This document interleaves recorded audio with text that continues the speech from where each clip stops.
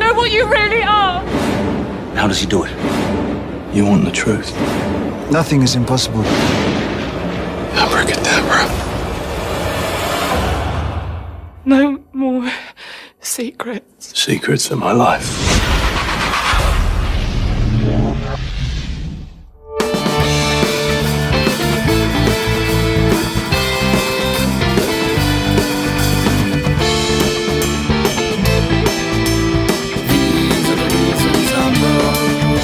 Hello and welcome to your award-winning The Reasons I'm Broke podcast, bringing you the reasons we're broke every single week, normally through news and headlines ranging from comics, movies, TV, video games, and more. But today we have a special Patreon exclusive or Patreon decided on episode. This will release on Patreon up to a month before it goes up publicly. So in case you're checking this out 30 days later, to get access to podcasts or episodes like this one, head on over to patreon.com/The Reasons I'm Broke. And you too can vote on this episode, like the Brokettes at the Patreon level at $1 or more. They were all able to vote on the Christopher Nolan retrospective that we chose to do here, or that you chose to do, and it ended up being the votes for the Prestige, 2006's Christopher Nolan Prestige, the Interstellar. It was either going to be that or Interstellar. Both really good movies, and maybe we'll do Interstellar in a future episode. But the Prestige wanted to celebrate Christopher Nolan's films or just his directing in some form that didn't involve superhero movies. So we kept the Dark Knight trilogy out of it. And joining me today for this, the Prestige Patreon retrospective, is Bobby. Welcome back, Bobby. Hello, thanks for having me. Hello, Brokettes, and look forward to talking about this great film with everybody. Yeah, thank you so much for doing this one for the Patreon Brokettes and for everyone out there. And in case you were not listening in the first couple of minutes, it is, of course, solely directed by Chris Nolan. There was no co-directing here, who most recently did Tenet, which was also really good. I'd like to take a dive into that one. That one would probably take more dissection. It's written by Jonathan and Chris Nolan, who both did Westworld, and Christopher Priest, who worked on 1 Million Times. And I think he's working on, or did work on, some comic books recently. It does star Christian Bale from American Psycho, one of my favorite movies of all time, Hugh Jackman from Les Mis, Scarlett Johansson from Lost in Translation, another one of my top movies there, and Michael Caine from The Cider House Rules. I think that one also starred Tobey Maguire. I saw that one when I was in my teens. So a little bit of trivia before we jump into discussing The Prestige. This was Nolan's lowest rated movie on Rotten Tomatoes. I don't take any there's no credibility with me on Rotten Tomatoes, but I know for some of you out there, there is. I see it shared on Twitter and Facebook and all that all the time. But so this was its lowest rated until Interstellar released at 71%, which is pretty funny because Interstellar is probably in my top 2 Christopher Nolan films. It's one of my favorites. It is excellent. Do you have any opinion on Rotten Tomatoes in general, or the fact that this might have been one of its lowest rated movies? So first off, I know our retrospective didn't include the Batman trilogy, but does that metric there, does that include the Batman trilogy? It does, yeah. Rated really high. Yeah, exactly. They were all rated higher than Prestige. Oh, rated higher. Okay. Yeah. For some reason, I heard that backwards. Okay. First of all, I agree with you. Back in the day, just like everyone else, I shouldn't say everyone else. There's a lot of people that do believe in Rotten Tomatoes, and they look to that for guidance. That's fine. You want to look towards that, that's okay. We have our grievances with it because I believe it is owned by Amazon, and they're paid for their reviews. Like they're not fair reviews. They might be true reviews to an extent, but there's money being exchanged to produce those reviews. And if it's not straight up, we'll pay you this for this review, it's more of like, we'll do these favors for you later kind of deals. So there's a lot of marketing that goes back and forth between these writers, journalists, or other companies per se that produce this stuff. So that's my issue with it. Back in the day, I kind of lived by that rule too, because that was just a trendy thing. It was the most popular reviewer. If it wasn't them, it was, Siskel and Ebert. Some of you may remember that from back in the day. So now we have this, the Rotten Tomatoes, and it's gotten to the point like, who cares? Because we know what it stands for now. Yes, there's probably some very faithful and honest critics that review for them, but the fact that there's this stinky cloud around it, and we know this, then why should I, or even you per se, put this much faith into that stuff? So I'm done with it. I'm over it. I don't ignore it completely. I like to use that as a gauge amongst other reviews or my personal opinion, but I never live to it. And when I hear people say, "Oh man, it's certified fresh," or it's like 97 on Rotten Tomatoes, I immediately dismiss that. And I'm like, okay, well, what about everybody else? Have you seen it yet? Or they say, well, they say it's rated really high. Who's they? Rotten Tomatoes. Okay, well, that's great. What do you think it is? Or have you looked at any other review? So that's where I stand. Yeah, I'm with you there too. I remember you were bringing up how back in the day, it did seem like there was something to it where it generally did seem to aim or align with what I enjoyed at the time.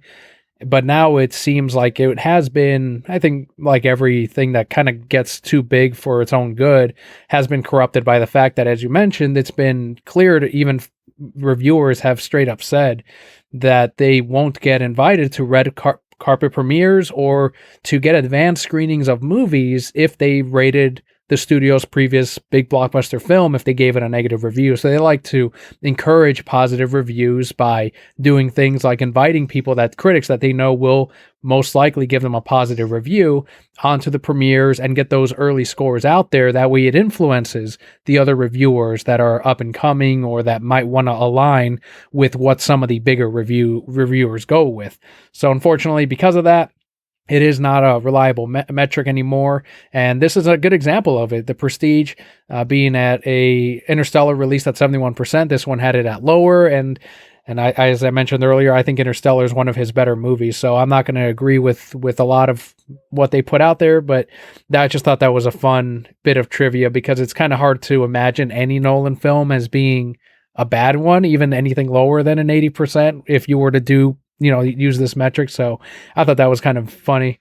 And David Bowie, who is kind of a surprise role in this movie, initially declined the role of Nikola Tesla when it was offered to him, and Chris Nolan flew out to him personally to tell him that he was the only person he imagined for the role, that this was a larger-than-life persona that he also lived, and it would make the idea of Tesla building a cloning device believable, which is pretty insane when you're actually like, if you were to read this on paper, all right, so we're going to have Tesla show up in the movie, and he's going to make a cloning device. It's kind of far-fetched, but when you see how they did it and somehow earnestly worked it into the film, you do believe it from someone like David Bowie. So I'm glad he was able to do it. I thought I had read a previous interview that Nolan said he wouldn't have done the movie if Bowie hadn't accepted the role, and maybe that's just something you told David Bowie so that he would be more pressured to do it. But I mean, we've seen David in Labyrinth, and I think he did a good job in The Prestige too. He was kind of a dick in this movie too, his role. But I mean, he has the keys to the castle, so why would he act any differently as far as the character? Mm-hmm. But yeah, I was pretty surprised too. I totally forgot that he was in this, and then when he showed up, I was like, "Oh, wait a minute, that's Bowie." Yeah, so that was an interesting little reminder because before watching it recently, I hadn't seen it for a while, so it's pretty cool. I'm also glad they didn't try to hide the eyes because he's got the different colored ones, like with contacts, because I don't think Tesla did. But it was cool that it's like, all right, you can really recognize him when you see him, especially from that. And they kept that look to him. But let's talk about the film itself, The Prestige. This is one that came out after Batman Begins. It was before The Dark Knight. You had two huge actors in this. 3 if you want to count Michael Caine as well. But you had Hugh Jackman was on fire at that point. You had Scarlett Johansson. She was kind of up and coming at the time. I wouldn't call her a blockbuster actress at the time, but Christian Bale just came off of the Batman film, which definitely launched him. So this was not a cheap movie to make. You had some star power behind it, and they ended up making a magician movie. This is the kind of thing that Chris Nolan, and you see it from his track record, even when handling the Batman franchise, he tends to make movies that are not set out to make $1 billion. It seems like he wants to make a movie that he is legitimately passionate about. You see Tenet, and they're all original franchises except for, again, Batman, but these are original characters, original stories that end up thankfully doing pretty well for him and the studio. This is not an exception to it. This is simply about two unknown magicians. They're not based on real life magicians, although the stories are. There's a lot of rivalries in the magician world, but he was able to get that confidence from the studio to get that money and to put out something like this. And I think after you make a movie like Batman Begins, you're kind of trusted to do whatever you'd like. And I know when I went to go see this, I immediately went, okay, I'm a Nolan fan. Let me see The Prestige. I like Hugh Jackman. He's amazing. Let me go see this. And that alone was enough to get my seat in theaters when I went and saw this in 2006. I remember originally seeing like previews for this, and it's like, what? It's Wolverine versus Batman. What's going on? Because that was what Hugh Jackman was popular for, obviously, and then Christian Bale doing Batman, and then get the sprinkle of Black Widow in there. So it was neat to think about at the time, because it was like there's not a lot of magician movies that you see, and this had a really serious tone to it. And the preview doesn't really give you a lot. It's like these tidbits of a drama. So actually watching the movie, as it unfolds, there's like so much there, and it is a masterpiece, the way it's designed, which we'll get into. But yeah, it's really cool seeing the actors that they were in it, and then watching it current, looking back on it. It's like this is a really good film. When I saw it back in high school, it was one that I did enjoy and I liked, and I don't know if I thought about it at the time, because I see movies a little bit differently now than I did back then. And it had been, I think when Blu-rays were coming out, this was one of my earliest Blu-ray purchases, and that's when I bought it and rewatched it again. And then recently when we did for this retrospective, and I kind of realized as I was watching the movie and going through the progression of these two magicians' stories, that neither of them are really good or bad people. They both did terrible things, and they both did some relatable things to the audience, where you're kind of rooting for both of them, but they're both kind of not great people. You know what I mean? They're kind of, on one side you've got someone who's with his brother, and they're living this lie that ends up ultimately costing them both their relationships, their marriage, one of their wives' life. And then you've got Hugh Jackman, who is threatening to almost kills one of them. He is not afraid to get his hands dirty by the end of the film. Christian Bale's character says that pretty clearly in it. And it's just kind of like, I don't know if you felt the same way with, by the end, I wasn't really rooting for anyone. If anything, I guess, against Hugh Jackman, because he was taking it personal by literally taking his daughter from this guy that he was going to let die. But I don't know. I didn't feel like I wanted either one to win, but it didn't ruin it at the same time. I wasn't like, well, fuck this movie. I was still like, these are both shitty people. Yeah, for sure. I mean, especially since Bale had pretty much killed the wife of Jackman in the beginning of the movie. So it's like the fact that they hadn't killed each other already, which is kind of awkward, because you've seen them out in public and interacting with each other lightly to an extent. It's like they took their relationship of hating each other, put it aside, and it's like, I'm going to beat you by being a better performer. And that was their goal, each one of them, because they were it's a one-up competition. They were just trying to outdo each other.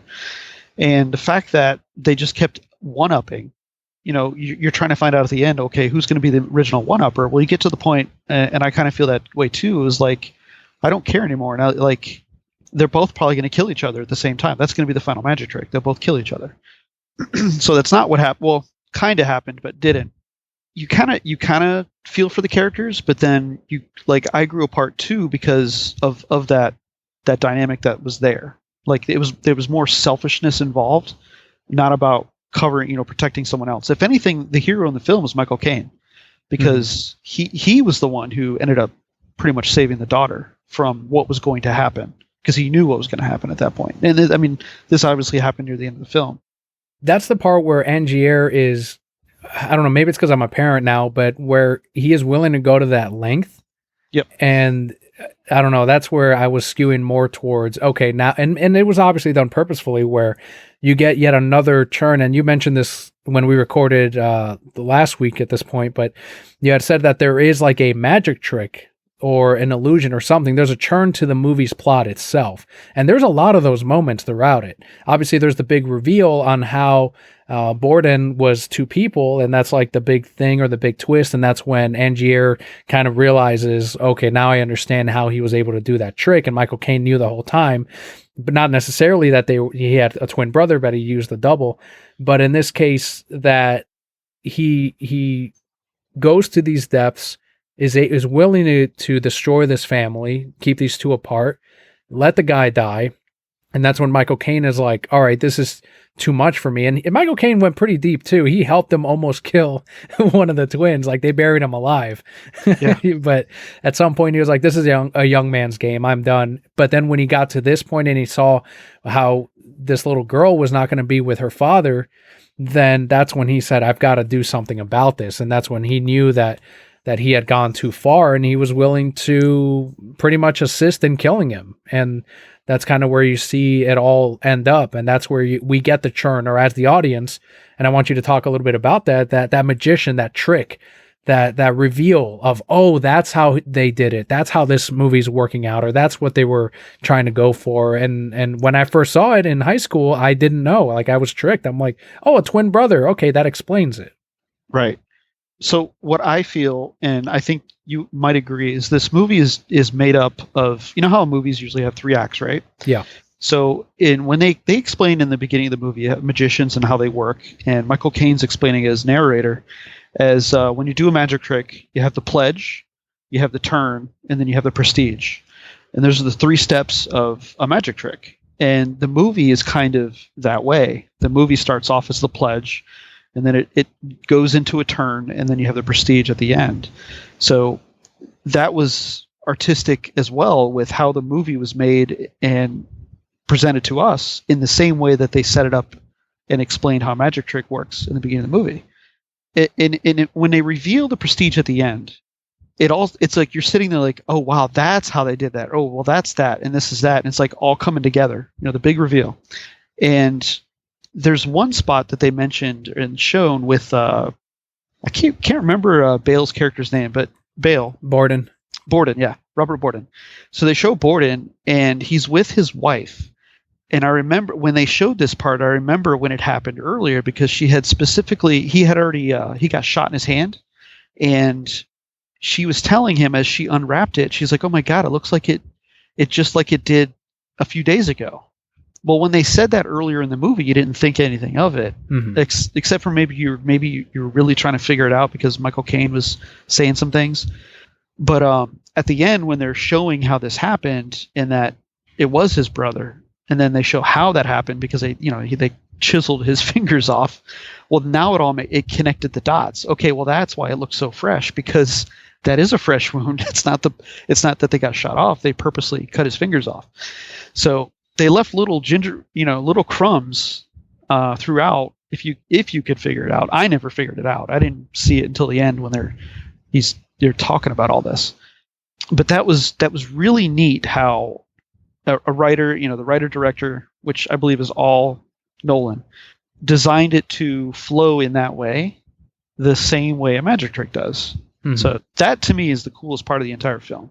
It's a one-on-one layer, and it's holding true to that. And obviously the reveal at the end, if you couldn't figure it out or never thought of it, it's like this, you thought it was going to be this mystery and they end up killing each other. Well, it all got revealed, and it's wild. It's pretty nuts. When I was revisiting The Prestige, I remembered the plot already, and I remembered what the big reveal was. So as I was going through it, I was trying to, and this is what's nice about the movie, is even though you know how the magic trick is done or how the plot is revealed to the audience or to you, it's still neat to see the trick over and over again. It never loses its, at least when I watch magic, and even if it's stuff that I know how they did that, then it's still really cool to watch it. For this movie, I was trying to figure out throughout it which Alfred Borden was the married one and which one was the unmarried one. So in which scenes. So there's some parts where they made it deliberate of when he says, no, I don't love you. She says, tell me if you love me. And he says, no, I don't love you today. Which as you're seeing this, and then there's another scene where he's talking to ScarJo and he says, I never loved her. And that's when that's that same brother talking who loved Scarlett Johansson. And you feel like this guy's despicable. He's a piece of trash. How can he be that cold? And she says that to him. And then when you realize that it's the brother that legitimately was not in love with his other one's wife, he's telling the truth the whole time. And he says, you want to know the truth? I don't love you today. Not right now, I don't. So they never lied. They were always truthful based on who was under the disguise at that time. But it makes it really tough to relate to someone that's willing to go that far again. I think at some point I would have been like, look, we're about to drive one of these women crazy, and they end up doing it with one, where it's like, we've got to tell them, like, how much is our magic act really worth? You didn't see Alfred Borden's, he didn't really have a massive success. And this is what Hugh Jackman tells him, what he tells Michael Caine. He's not a showman. He's not a great magician in that sense. And that's why his acts were not getting the audience that Hugh Jackman's were. So while one was, we can talk about who we think is a better magician in a little bit, but that's one of the things where on a rewatch, it's kind of cool to see which brother is taking over that particular scene. And some scenes it's not as obvious.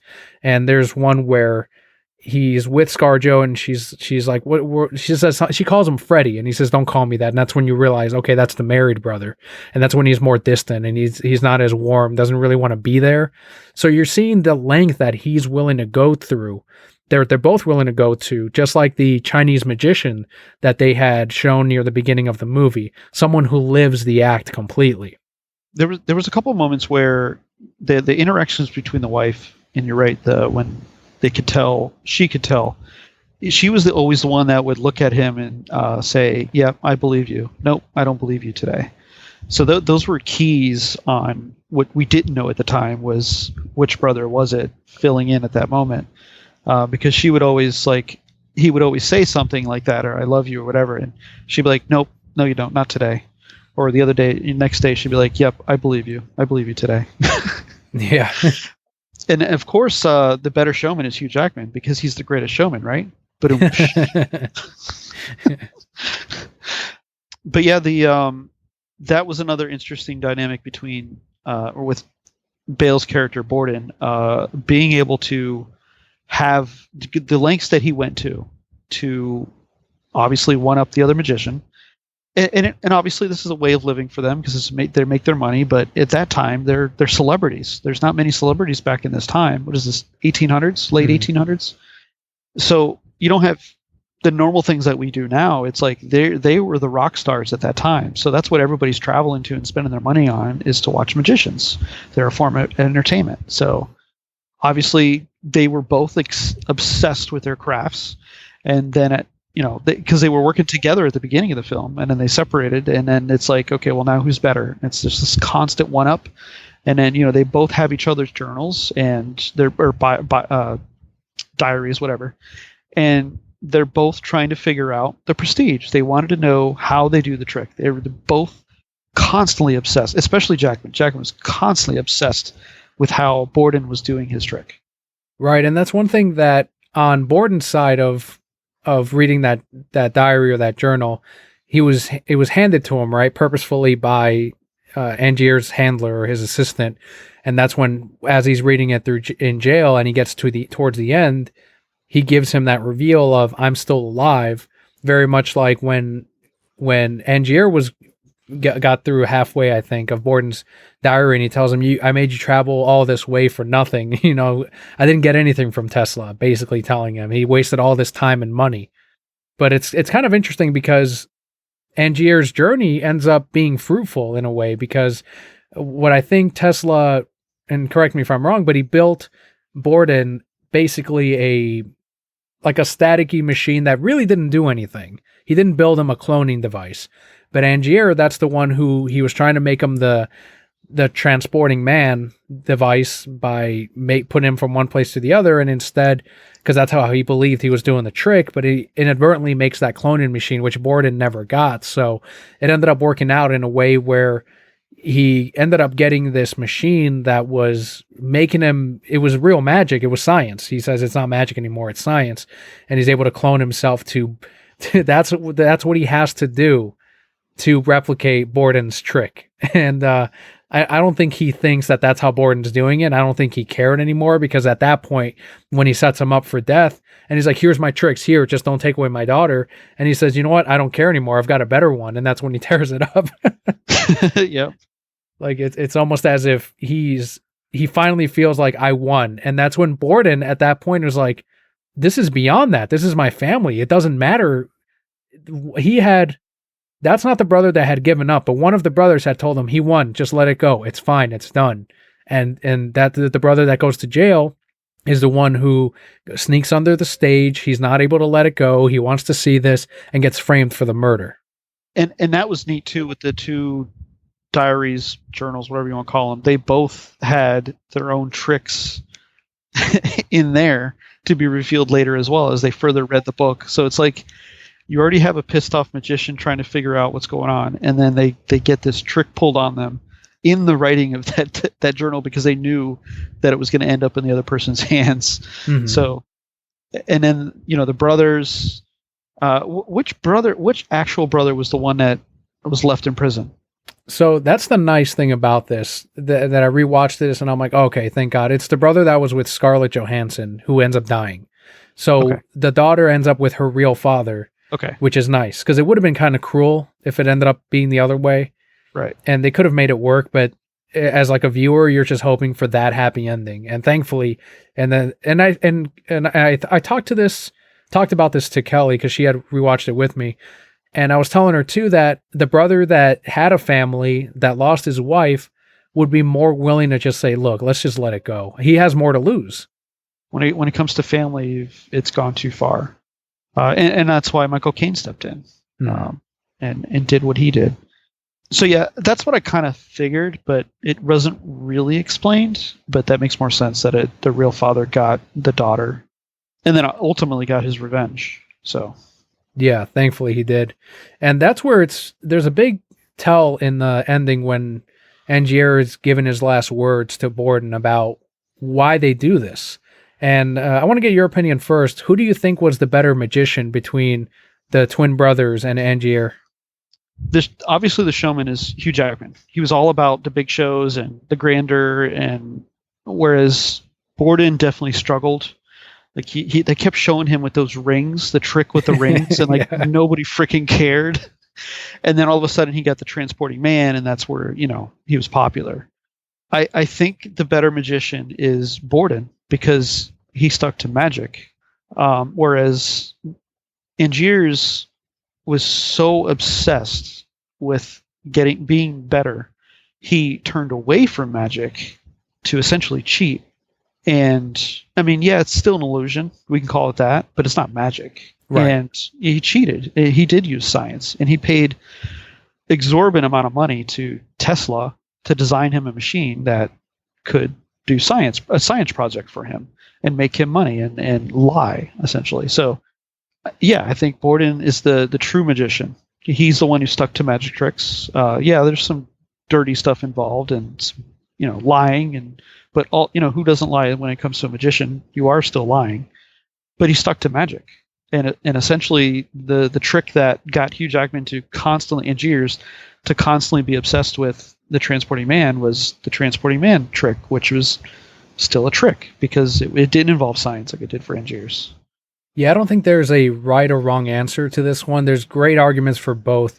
What's really neat about, and I can see Borden being a great answer because the audience wasn't really blown away by what Angier called the greatest trick he's ever seen, the transporting man. You just kind of hear some scattering applause because he doesn't know how to sell it. And that's where Angier is the better salesman. And in that sense, maybe a better magician, where he can make people rile them up and get them celebrating. And while Borden does the better tricks, Angier can sell them better. And as long as he's able to replicate it in some form, then he can have some success with it.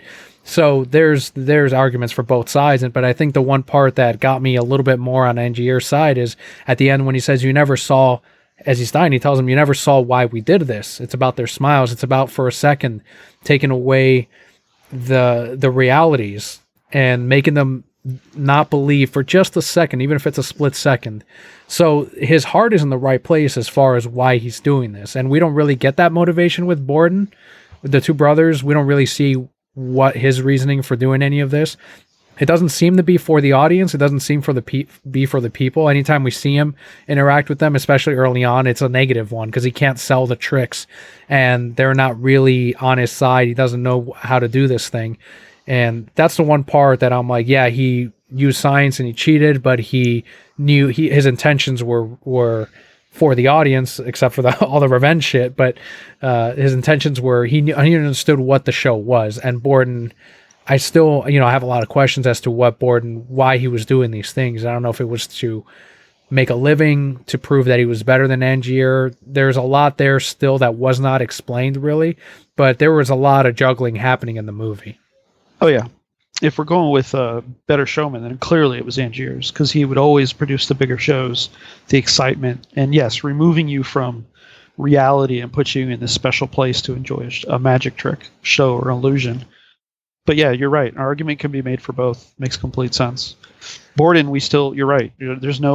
We don't see a motivation, because we don't even see why he tied the knot on the girl's hand. If he did it intentionally wrong, or because you see him like think for a second and then change the knot because they look at each other.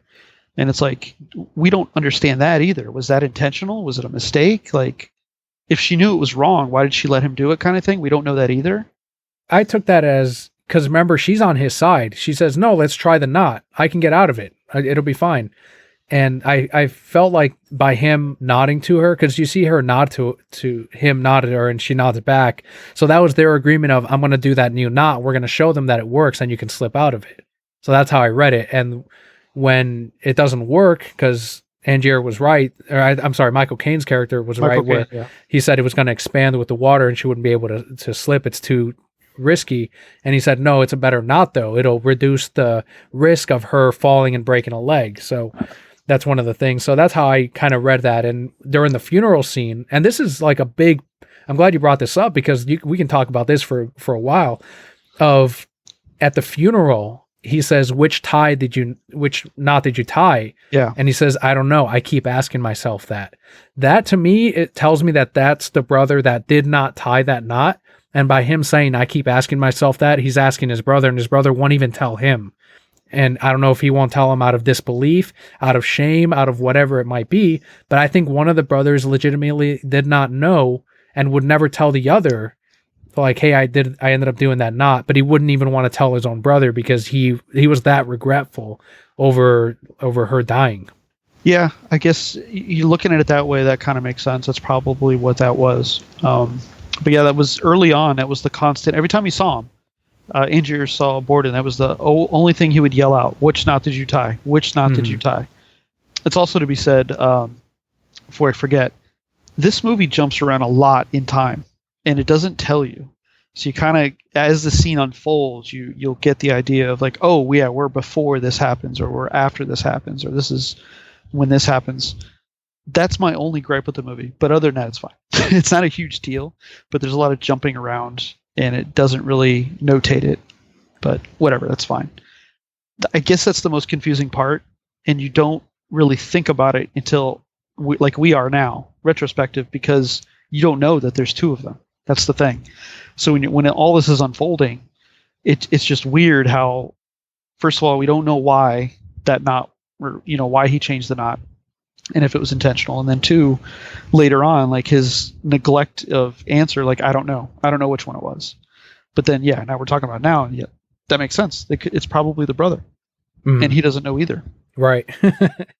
And he keeps telling him, I don't know. And he's not lying. It's, again, going back to that brother. They're not lying to their wives. They're not lying to Angier. And Angier can't believe, like, how could you not know? But he doesn't know that there's there's an extra person involved in this. That was the one who tied it. The other thing is, like, the brother, who we learn later is the guy that's Michael Caine's character, but for Borden. I don't know what that advisor or trick master, I don't know what that person's called.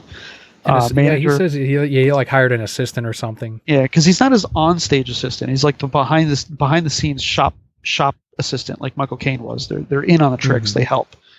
You'll notice he never speaks in the movie at all. He's just there. So when you figure this all out at the end, it makes sense. Like, well, no wonder he didn't talk, because everybody will know who it is. So, and I think the first time he spoke is at the very end when he was with his brother, with the daughter, when they were leaving. Or no, sorry, that was the other guy. Who was he with? The brother was there with somebody. Was it the guy who was trying to buy the materials? I think so. Yeah, because he was never there with Angier. Yeah, he had shown up, and he said like one word. He says goodbye. Yeah, I think so. Yeah, that was it. But the whole movie, he doesn't speak, and you don't know why. And then obviously at the end, okay, that's why.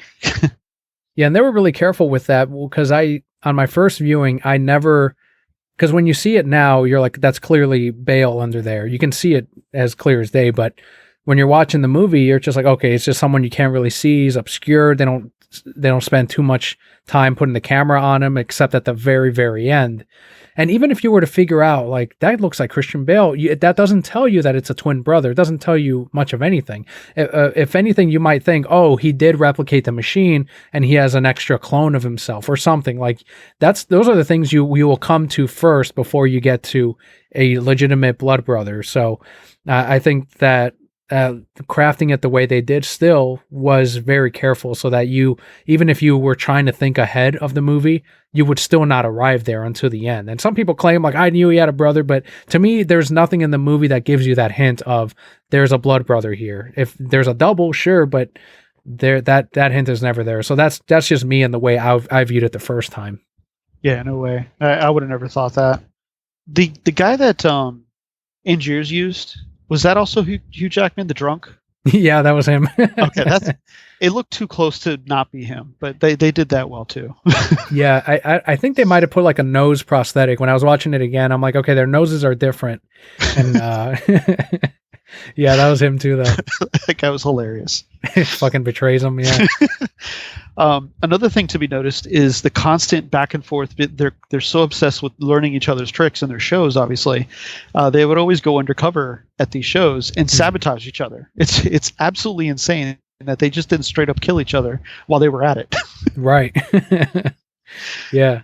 So we talked a little bit about Tesla and his machine and his science, and they go into a little bit of the history on how Edison was an asshole, like even historically, and how they were going after Tesla over, and it mirrors what these two magicians are going through as well. You know, two people competing.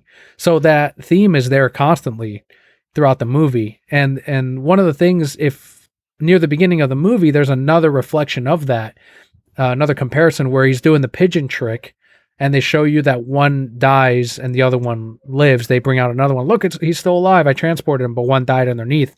And that also mirrors Hugh Jackman's Angier's trick of one of the clones drowning and the other one coming out the other side.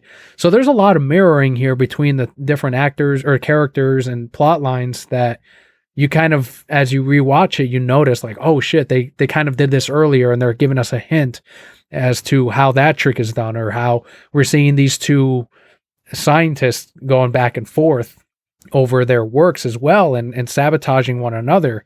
It's pretty amazing how they took such care in planting these other seeds in here so that when you rewatch it, you can kind of catch the little tricks and mirroring that they put in. Yeah, for sure. This film is not a one-watch film. It's you got to watch it more than once, because when you figure out the prestige at the end, when the big reveal, then you go back and watch it and catch all these other little hints and tidbits that mirror others throughout the movie. And you're right, the Tesla and Edison thing was perfect. And then like they were even, I don't know if Tesla did anything to him, but I know obviously his house up on that mountain got trashed because Edison's men had come to destroy it. And that's when we thought that machine wasn't going to be built, but apparently it had been dropped off at that hotel already, so it was already there in that box. Also, you had in the kind of beginning of the movie, you had that kid that watched the bird trick, and he was all upset and crying, and they brought it over to him, And he's like, look, the birdie's fine. He's like, no, where's his brother? Mm-hmm. And then I think it was Michael Caine that says, observant one, this one. And then the next scene is him pulling the cage apart with the dead bird beneath it and then all the birds in the back, because those are the replacement birds they use. So it's like, even that little child, they were able to write this in to have a child notice that it was a different bird in the cage.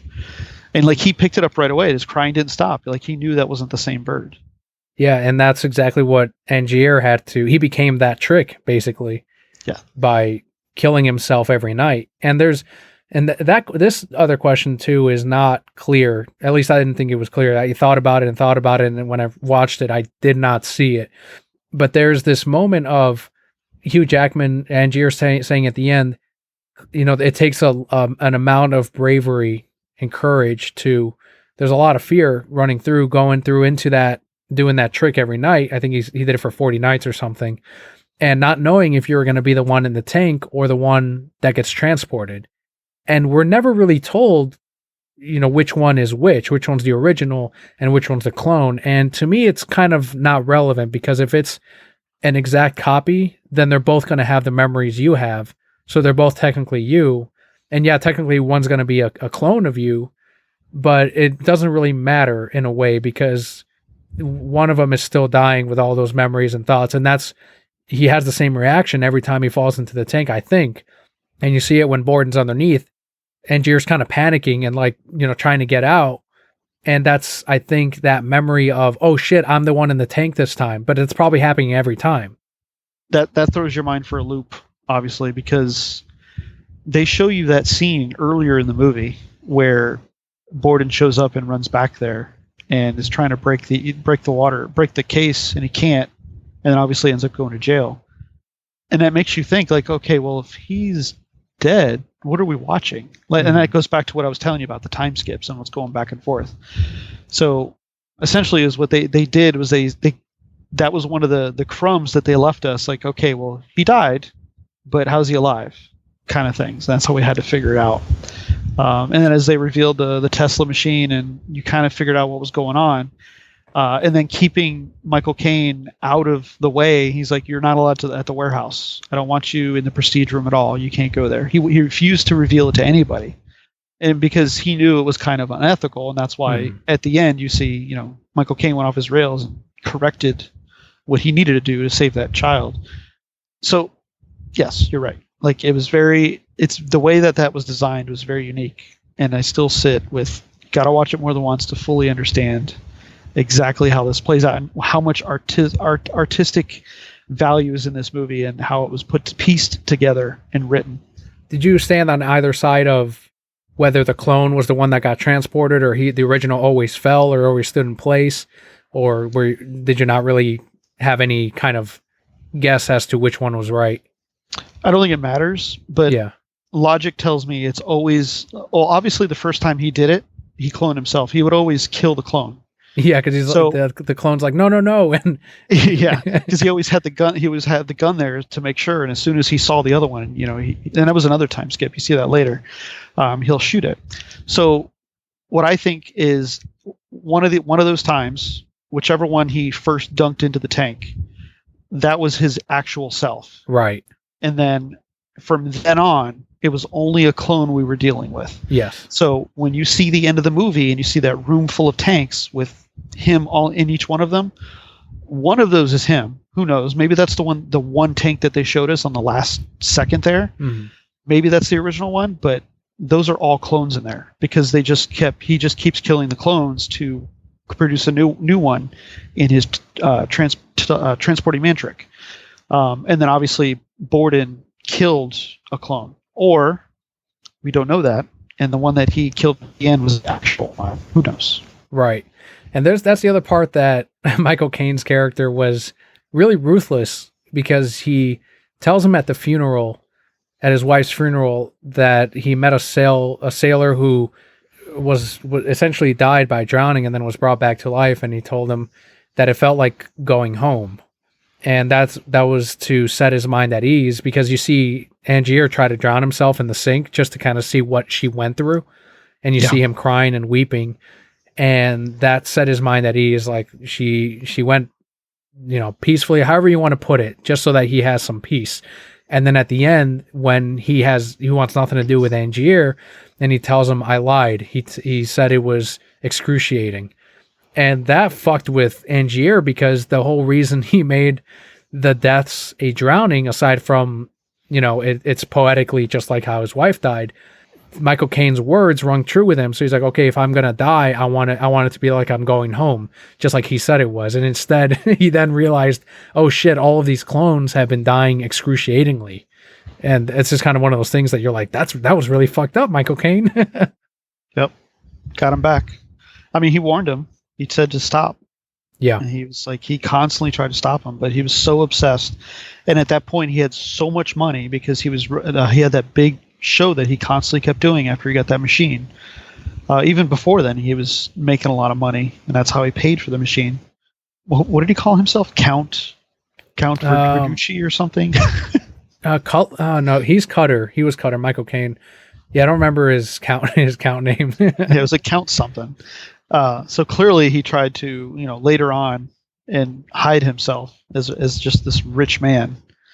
And he had the giant mansion and all of that. Yeah, he was living at large, I guess, after all of those tricks, and no one noticed that it was Angier the whole time. He lived his disguise and his trick and had no reserves over letting Borden die over what happened. And that was him once again, I guess, getting him back for the diary, because at the end he's just really upset that he set him on this journey, and he's like, well, I'm going to get him back for that as well, plus the whole rivalry that they had and his wife. He was lost at that point, and they both were to an extent, but Angier's the one who was willing to go all the way in that case.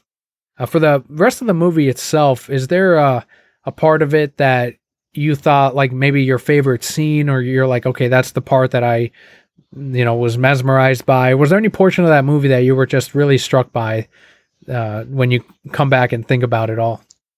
I think, I wouldn't say mesmerized, but I think the part, because the movie opens with a panning of a bunch of top hats, and you don't know what that means. I think Michael Caine is narrating at the beginning there, because he's talking about magic tricks. And then later on in the movie, you revisit that scene, and it's the discovery of, first of all, Angier's is like, why the hell is my hat out here? And then he looks a little further, and he just sees a field full of hats. And that was the understanding, holy crap, you did it, because they didn't realize it was working. And when he got there, he was pissed because the hat just got sizzled and nothing happened to it. He put it back on his head and ran out. He was pissed. And that's when he discovered out in the field all these hats, and that was the moment of truth where he's like, holy shit, it works. It works. So that to me was the coolest moment, because like that proves that what he was after. And like you can see like his grips, like, okay, I've done it. Like the mad scientist. Like, Yeah. I've done it. This is it. And just the way they revealed it. And then they had the hats and then the cats, because that was the last thing they tried was the assistant of Tesla. They were using his cat in that same scene. But obviously they had done it a couple times, because there was a couple cats there. Right. Yeah, and I think that's when Tesla tells him, these aren't the results I was expecting, but give me another, I think he says another 2 weeks, and we'll fine tune this. And the next morning, I think, is when Edison's men go in there, and he wasn't able to finish it. And I think he says that in the note, that he wasn't able to finish the machine, but at least he knows he's able to make a copy. They're not able to transport like they wanted. That's what they set out to do. But instead they kind of got halfway there in a way where it's like, okay, well, they made a copy. They just need to somehow get rid of the original, or have the original end up over there, or whatever it is. But he was happy to make it work, though. He ended up testing it out himself, and he figured out something to make the trick work. For me, it was that whole bit when he's up in the mountains and they're showing how the town trusts Tesla. They let him he powered them up with electricity, and they're like, yeah, he just runs experiments at night, but whatever, he can do what he wants because he's given us this electricity, and he's probably given them technology, as he was known for, that was a little bit more advanced than some of the other towns are in that era. you see them put that light bulb down in the ground and it was able to light up. So he was doing all kinds of crazy stuff up there. And that whole period of Angier just being like, I'll be here until as long as it takes. And it, I don't know, that was a good scene. Yeah, that was a good portion of time because he's just kind of carving his own path separate from Borden at that point. He's kind of realizing that this is beyond Borden's trick and he's come across something truly special. That was a good churn, I guess. You can say that's a part of the churn in the movie. And I think the end, too, was bittersweet of seeing, and it goes back to the beginning of the film where you're seeing Michael Caine showing someone a trick. You don't know it's the little, or maybe they do show a little girl. I can't remember, but they're at least showing the audience the pigeon disappearing and coming back. And then you see it again at the end, and it hits you differently because you see that the pigeon's back, and then so's her father. Like he's been brought back. Yep. The dying brother says abracadabra, and that's almost like to us also like, and he's back and he's with his daughter, and it's a nice ending. It's beautiful. The one brother still had his daughter left, so he's able to live a full life, like the other one said, live for both of us, and it's neat. It's a good ending. It's satisfying to me, and Angier kind of got what he had coming. He didn't have anything else at that point. You didn't have any attachment to the character. You saw how far he was willing to go. So those several churns here, because for a while there, you're seeing the story from Angier's side. And then at the end, when you see that there's two Bordens and that there is this goodness to Michael Caine, at least I think that Michael Caine is almost the audience, where we're like, okay, well, we want the daughter to go rightfully to where she needs to go. So it gives us that happy ending. It's satisfactory. I don't think there was any part of that where I was like, oh, but what about this person or that?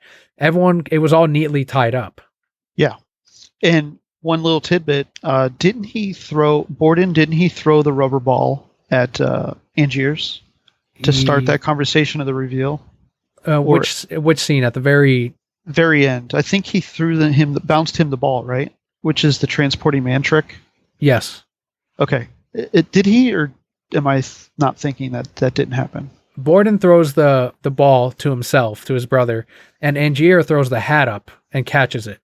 But at the end, when they're down in the basement of that warehouse, when Borden confronts him, doesn't he start the conversation by throwing the ball at him, or at some point? Yeah, it like the ball comes rolling and it hits his feet, and then Angier's like, "What the? This is Borden's ball," and then he gets shot.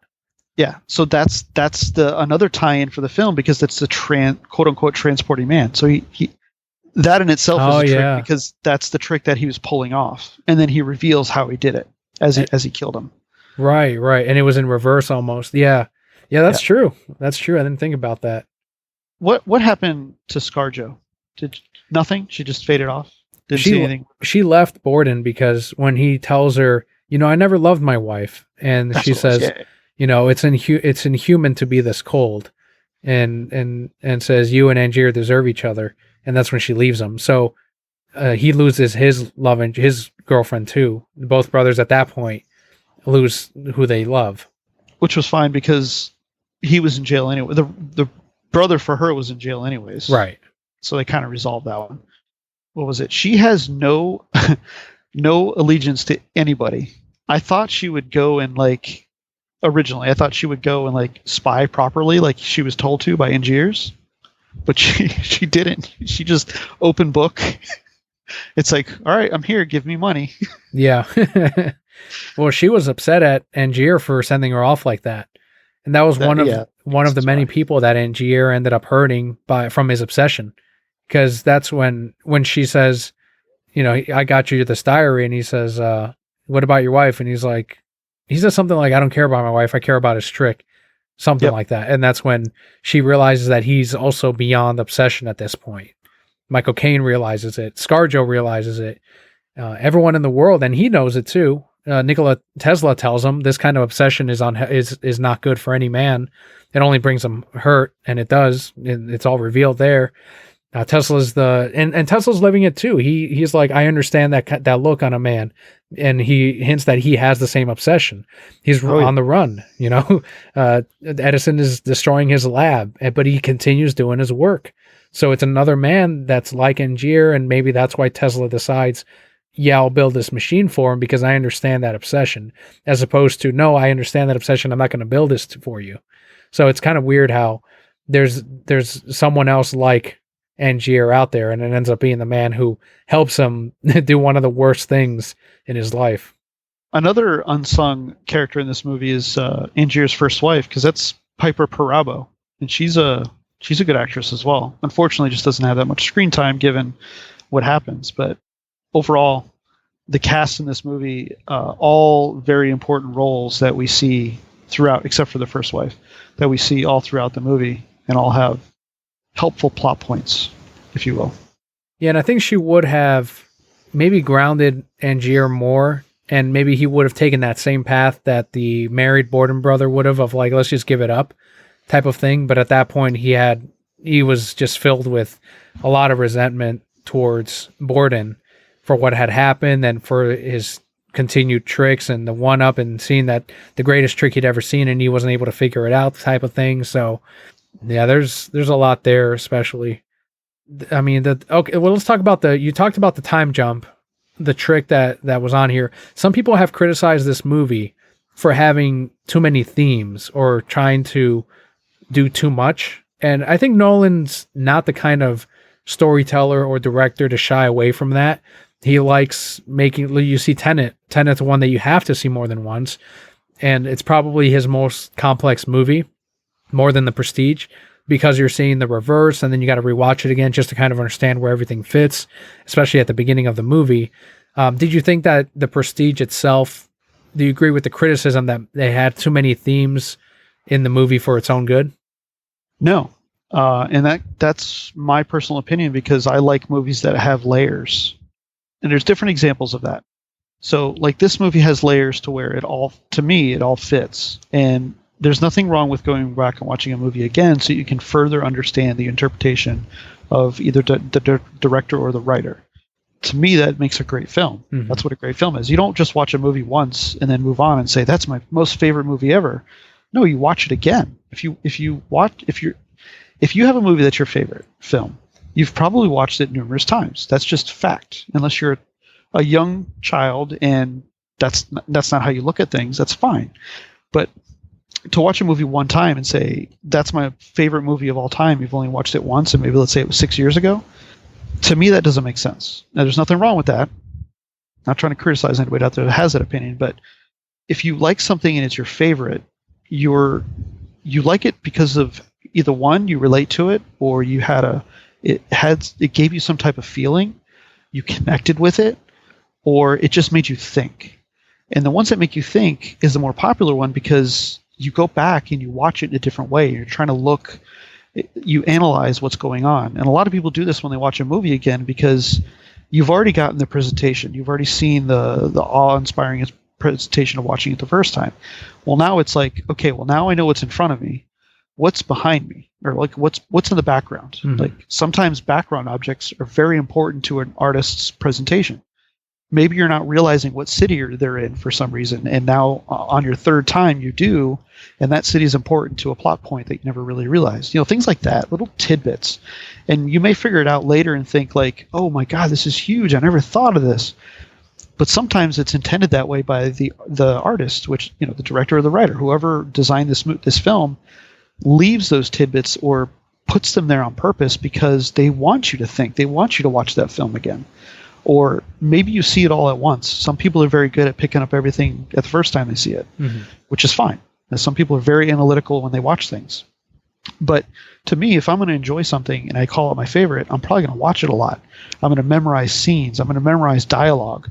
I'm going to have an attachment to a certain scene because it relates to something in my personal life, things like that. Do I agree with the criticism? Not so much, because I would want to watch the movie again because it's so good. I want to watch those parts unfold now, knowing the prestige at the end, the trick, to further understand what the intentions were of the writer or the director, so that I can enjoy it further. And that, to me, what makes up a great film, when it's put into pieces and just dissected that way, and it all makes sense. Because we often talk about films that, the pacing's so fast, or, they don't explain something, or, how did they get over here? Perfect example.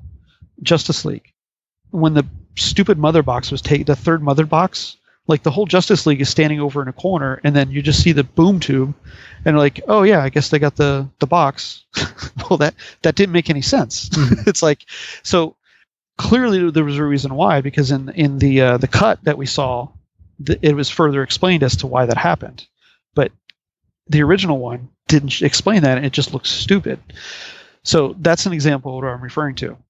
In all, I don't agree with the criticism. I think it's great, and I think this is a movie that should be watched more than once for that reason, because you can enjoy it better in a different way when you already understand what's going on, and then go back and try to figure out if they teased little spots for you. Like I said, the wife talking to Borden about his hand. That was a tease. We never picked up on it, but now we know about it, so now it's like, okay, what else could I figure out? Michael Caine, or no, I think it was ScarJo or somebody. One of them had said something about the hand. Like, even his hand looks. She made a comment. She's like, even his hand looks damaged or something. I forgot. Yeah, she says you pad your hand, but instead show it. Don't hide it when he wears the glove. Yeah, something like that. So it was like little tidbits to it, and it's like, if I go back and watch it, what else can I figure out that I didn't discover before? So that's long answer, but that's my answer.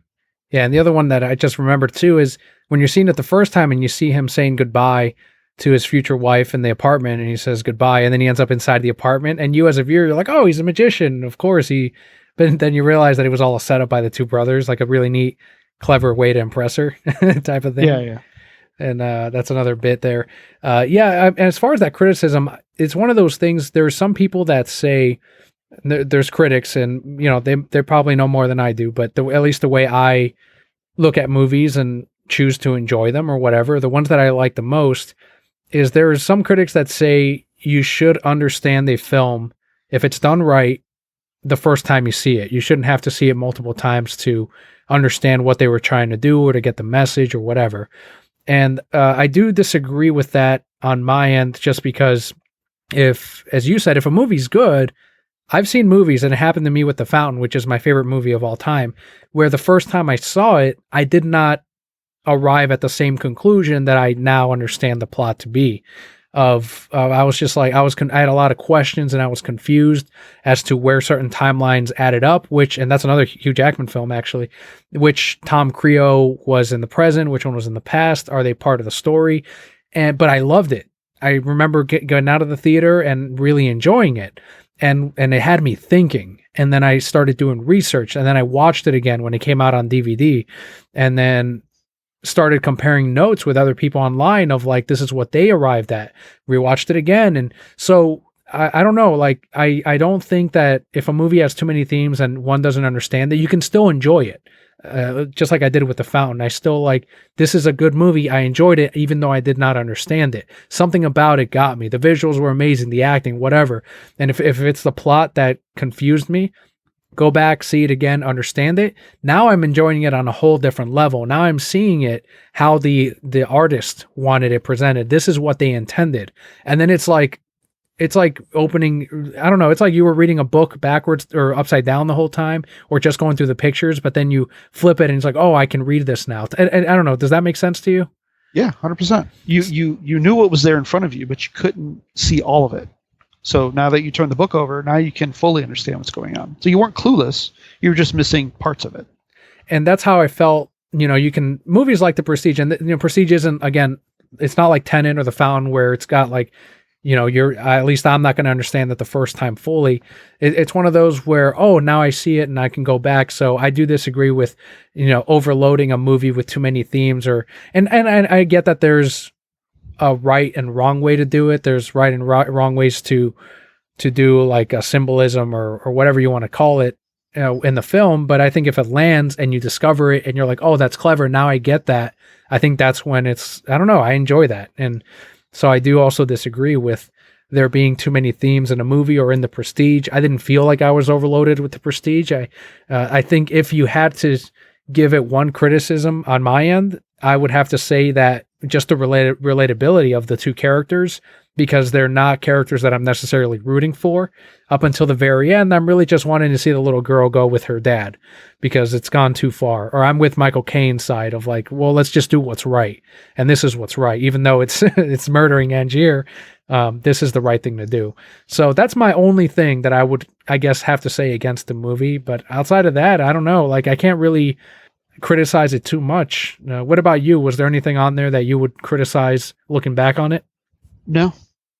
The time jumping, but that's nothing to complain about. It's just a nuisance. I mean, it's not that painful either, because by the time that scene is like either almost done or finished, you kind of realize where it happens anyways. So it's not. I think that's why it's not a big deal, because it's actually not. It's not like they purposely lose you in those scenes. It's like you figure out where it's at. And the argument of not having everything or too much, at the end of the movie, they reveal everything. Mm-hmm. So if there's any question, it's the one that we discussed: is did the girl end up with her true father? That's the only one. Other than that, which you can kind of figure out, which we've talked about. Other than that, everything else is tied up. They talked about everything. They tied up all the loose ends. They gave you this happened because of that, all of it. So there's no questions to be asked there. If anything, if anybody were to care, is where's Tesla? Where did he go? Why did he just up and leave? Obviously, the Edison was chasing him, but he was only there, and engineers had his machine made. That was it. That was the only purpose for Tesla being there. So, right. Aside from whatever it was that he was doing throughout the day with his experiments or his science, he was trying to sell, because they show him, well, not him, but his assistant. And it's actually the same guy that's directing Carnage. He played Gollum in the Lord of the Rings movies. Oh, yeah, Andy Serkis. And yeah, Andy Serkis. There was a theory that some people say, and I didn't catch this one, and I didn't think that this was the case, but some people theorized that he was actually Tesla the whole time in the skies, and that Bowie's character was the assistant. But I think that's just what I forgot who it was that was comparing it to Tumblr like theories. And it's one of those where it's like, nah, that's a little far. Like that's just people trying to make something out of nothing. But yeah, I think that was Tesla's thing of he was still trying to present his science at the World Fair. I think it's what it was, or the Science Fair. And that's when they were like, it's too dangerous. And it's actually one of Edison's men. If you see, that's the same guy that's later with Edison's guys. And he was planted there to be like, what is this? It's too dangerous. And that's when the crowd's like, yeah, it's scary. So that's, that they wouldn't let him do his thing. They wouldn't let him continue his obsession, but he was perfectly happy to take it on somewhere else with his assistant. They continued their work somewhere else. So the obsession never ended for him. Yeah, makes sense. Keep the obsession going, just like these magicians did. Right. There was one thing I was comparing the criticism. The criticism that I would have in a movie that has like too much, quote unquote, or something along those lines, would be my comparison. It's a bad comparison, but it kind of fits what I'm trying to get at here. Is the Raimi Spider-Man 3. That movie suffered from overload of it. The pacing was fine, and then you get towards the end of the second act into the third, and the pacing just like accelerates so fast, because by the end of the film they finally introduce Venom, and it's like, wait a minute, like this is what everybody wanted to watch the film for, but we see him for 2 seconds. And then it's this massive battle with all these villains all of a sudden, because you had Sandman, Venom, who else was in there? There was something else. Green Goblin as well in a way, but he ends up being an ally. Yeah, and it's like all of this to happen. It's like Venom gets overshadowed, and that's what the movie was all about. And we all know everybody's obsessed with Venom. So it's like it was this long movie, and then all of a sudden just crash and burns in the last few seconds or minutes. And that's my comparison. Is it had too much overload with putting too many villains in there that each deserve their screen time, and Venom being, to a lot of people, mostly important one, and it just got like overshadowed and didn't do that well, and to get resolved so quickly. Like, really, that's it? That's all we got? Yeah, and I can talk about Spider-Man 3 for a while, because we've had movies where there's more villains than what we got in Spider-Man 3, and they ended up working out just fine. So I don't know, this criticism of there's too many villains, I don't think that's valid, because we've seen that done several times. They did it in, I think, The Dark Knight Rises. They had several villains in that one. Batman Begins even had a shit ton of villains, but yeah, I don't think that's why Spider-Man 3 wasn't good. I don't know. Well, It's kind of well. There's to be fair, there's a lot of different reasons. I was just comparing the criticism point. That's all, and Yeah. that's my best comparison. But it's kind of different because it's more exploring of the. I'm talking about character overload versus too much to worry about. You know, two different angles. But and you're right. There are other films that do it fine. Dark Knight did it well, and I think the argument to be made within all those comparisons is there's going to be bias because, let's say, I don't care for Venom too much, but let's say I was an obsessive Venom fan. Well, to me, that movie might have sucked because my screen time as Venom was very, very minimal. I got teased in the commercials. I was all hype, and I see him for a very short amount of time in the movie. So my criticism's going to be harsh because it's like, what the hell? I got 5 minutes and you killed him already. That's it. Oh, this movie sucks. Versus somebody that's looking at it like a Spider-Man fan and they're like, oh, this movie was amazing. Da da da. You know, right? So you've got these different, and then you go to the Dark Knight Rises, and it's like, well, maybe somebody's obsessed with Catwoman, and you know she was interlaced in there, and then she had a little scene at the end which was pretty cool, or maybe it was Bane. So it just depends on who your obsession, or not obsession, wrong word, who you attract towards, or who you like as a villain, that's where your criticism is going to lie, unless you're impartial and you just look at it as a whole. So like I said, it's a bad comparison, but I was hoping to try to bring up my angle of like what people said about the Prestige versus like Spider-Man 3. In my mind, there was a lot of criticism because of the Venom factor. It's all focused in on one thing. Mm-hmm. Yeah, I'd have to really dig down and think of a movie that had too many themes in it. And I don't know if it would be, maybe tones would have to be clashing at some point. It's just a weird criticism to have for something like The Prestige. I think it's tough to nail down any part of the movie that I can say like that's a valid, like I would have to really listen. And like I said, the only one that I personally came up with was the relatability to the main characters. You had to mention the time jump could be confusing for some. So I don't know. There's like, I'd have to sit down and go through like negative, I don't know, I don't want to say reviews, but just people talking, maybe someone that didn't like the movie, and see what they legitimately did not like about it and kind of think on it. But I don't think themes is one of them. I don't think and that was the common one that was coming up when I was going back and reading on some of the background of back when this released. And overall, as it sits on the slate of Nolan films, it is another solid one. I don't know if it's tough to say, like when you pick a favorite Nolan film, it's kind of tough because they're all excellent.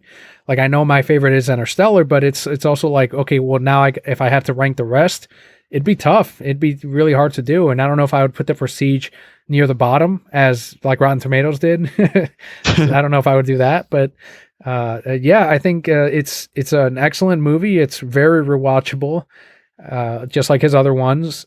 It's very different than his other movies as well, where he set out to make a magic trick and he did it. And then for Tenet, he wanted to see if he can do like this weird mirroring of, we're going to film this forward. Okay, now we're going to tell the story again, and we're going to see the other side of that. And he worked that into the plot with the time backwards thing that he was doing. So every one of these tend to be like, they require you to really wrap your mind around the concept that he has. And in this case, it's a magic trick. So once you have your mind wrapped around that, you can really kind of enjoy it another way. And that seems to be Nolan's thing, unless it involves, which he did elevate the genre with the Batman or the Dark Knight trilogy, and did something great, and he elevated it. And thanks to him, we got, Man of Steel after that. He was a producer on that and BVS, I think. So, I think he did something great for the superhero genre, but just as far as movies, it's stuff that will stand the test of time. It's stuff that's going to be visited again and again by future audiences. It's not effects heavy. It's not something that's going to, I don't think, be easily dated. And I think because of that, it's another successful one for him. Yeah, I was definitely going to bring that up next, as you can watch this movie anytime and it doesn't have that dated feel. I mean, dated historically, yes, because it's taking place in the time frame that it does, but it's so magical in the time frame it took. Like, they don't have to, you're watching it now and it's like, you're not thinking about like, oh, that's right, they didn't have cell phones back then, like things like that, like or there's no computers or whatever. You can clearly, it's very simple on how it's done, and it's just there's no technology used. Obviously, it's just two magicians with a feud and trying to one up each other, and a little interlaced drama in between. Yeah, that's funny because that's basically what it is as far as the plot. That's what it is. Yeah. Wolverine just trying to go after Batman, and Batman wins at the end. Yeah, that's the cool thing, and that goes to show you that how it's presented is so important. How the directing was done, how the editing was put together, as far as like the time skips, just to give you a little hint here and there, so that other things start making sense after you see how the magic trick is done at the end. It's just amazing how you can take a simple story like what you said and truly make it special, and another showmanship right there, another act of it from Nolan and the rest of his crew.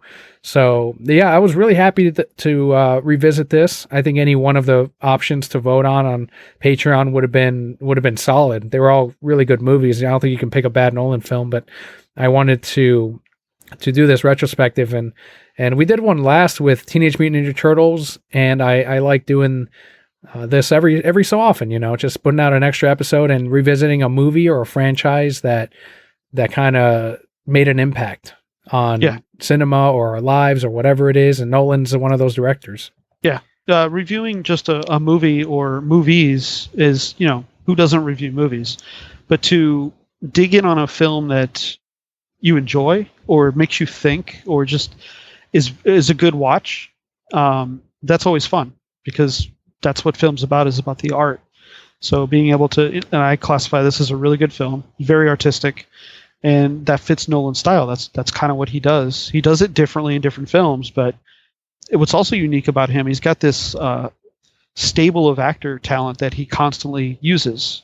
So that shows some I don't know what the word I'm looking for, but it's the actors really appreciate what Nolan does, so they want to constantly work for him. Like Michael Caine and Christian Bale and ScarJo are the three main ones that constantly work with him on different films. So that's good. That shows that there's a very good relationship there between writer / director / actor. Yeah, it's always cool when they do that. Cillian Murphy has worked with him several times. I think Leonardo only did the one movie with him, but yeah, there's that. And Michael Caine was in Tenet as well. Showed up in that. So yeah, it's always cool when you can see that works out for us, because that's when you see these actors that are willing to take on projects that they probably normally would not have done. More recently, Ben Affleck did additional photography for Zack Snyder's Justice League, and he's like, yeah, for you, anything, man. And whereas if he left on no one was happy with that Justice League production, and to say, hey, you need to come back a third time for this movie, once in the original filming, another time for the Justice reshoots, and then another time for the additional photography. I think any actor would be like, fuck that, I'm done with that shit.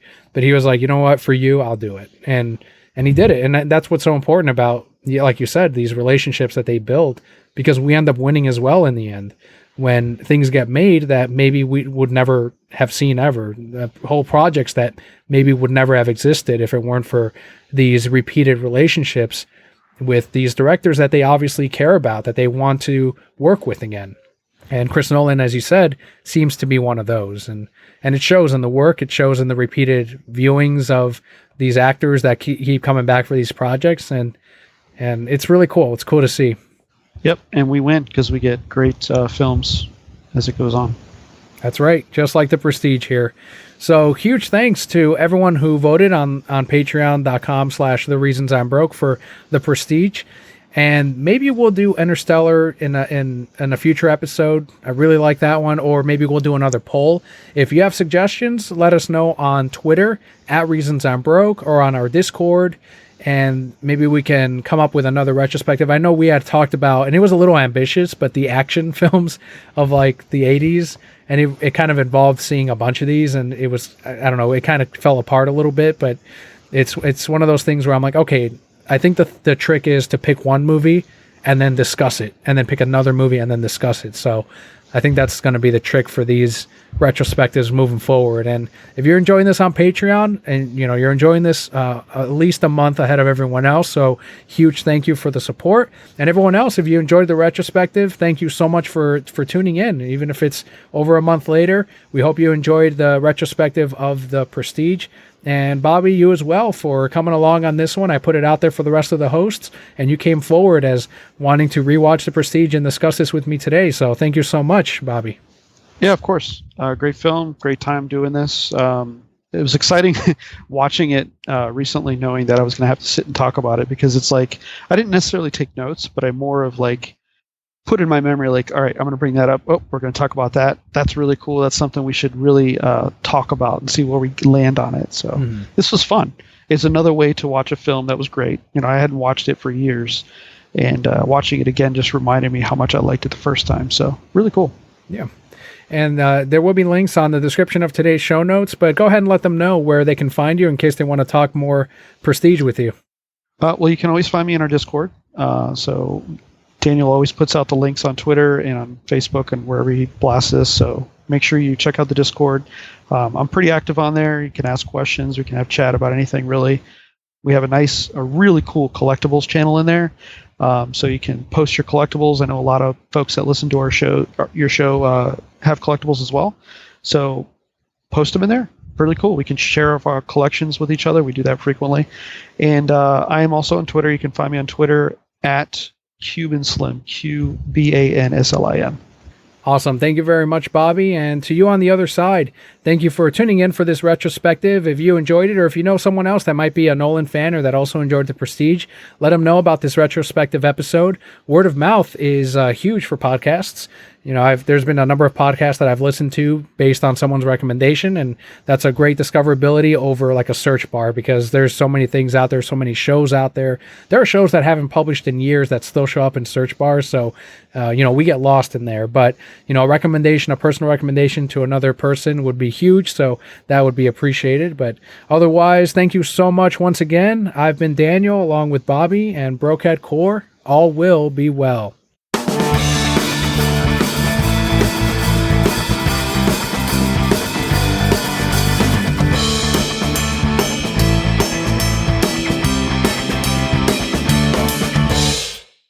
And Bobby, if you had a cloning machine, just like Tesla built you one, what would you do with that extra person in your life? That person would go to work. That person would do all the chores. That person would be responsible for the honeydew list handed out weekly. So you wouldn't go the Borden route of like, look, let's split up the half. That way they don't get resentful and try to like, why am I working the whole time? You know what I mean? That clone's going to take care of all the chores and all the labors and the Pokebro dealings. Like they can deal with all that BS. And then I can just sit back and read comic books and play video games. Yeah, I was just going to ask, what would you do? So you'd turn into Scott. You'd play Final Fantasy 14 all day. I already do that, but I do it more. How about that? There you go. Maybe Scott already has a clone that's out there working for him, because the amount of time he puts into that game is amazing. Julian does it too. They both do it. Yeah. But they do it because they're trying to catch up to me. Right. Well, I've been playing that game for so long. Yeah, I would. I don't know. I'd have a lot of fun with it. I'd have probably do kind of the shit that he did of appearing in a certain place and someone's like, whoa, what the hell? You were just over there. Some of that. You would just be fucking with people all the time. Yeah, I think I'd be trolling quite a bit. Yeah. Yeah, I'd have someone in the Discord on the Brimstone, like every hour, like, hey, make sure to set an alarm and you do this. He'd be my bot.